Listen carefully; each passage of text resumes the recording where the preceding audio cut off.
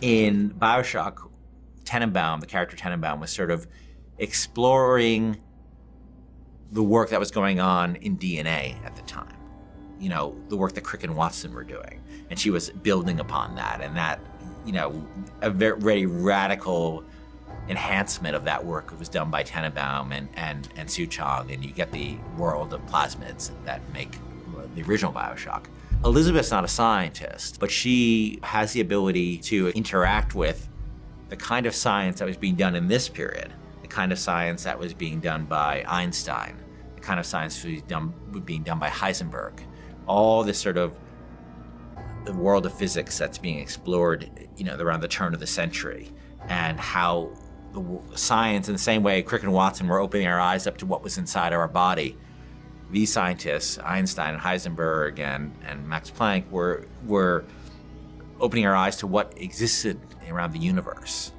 And everybody can see in the world of Columbia these tears that are windows into these worlds that Heisenberg and Einstein were starting to explain to us. Elizabeth can actually reach into those worlds and manipulate them. And that's what her power, that's what you're seeing her do in the world.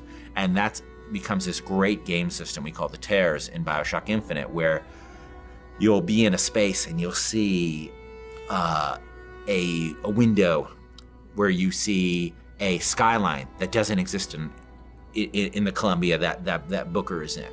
You'll see a turret maybe that doesn't exist in the Columbia that Booker exists in.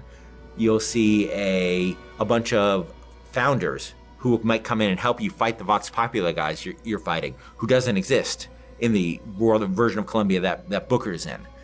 And Elizabeth is essentially saying to you is, I can bring one of these three in for you, Booker. Which one do you want me to bring in? And that's up to the player. I think I can help. Just tell me which one you want.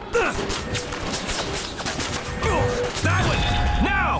We're gonna have all these tools that the player can access via Elizabeth that is gonna make everybody's play experience different. And that's what we always want with BioShock. We want the way I play it, the way you play it, the way he plays it to be different. And that's Elizabeth's ability to manipulate terrorists is just another great way to do that.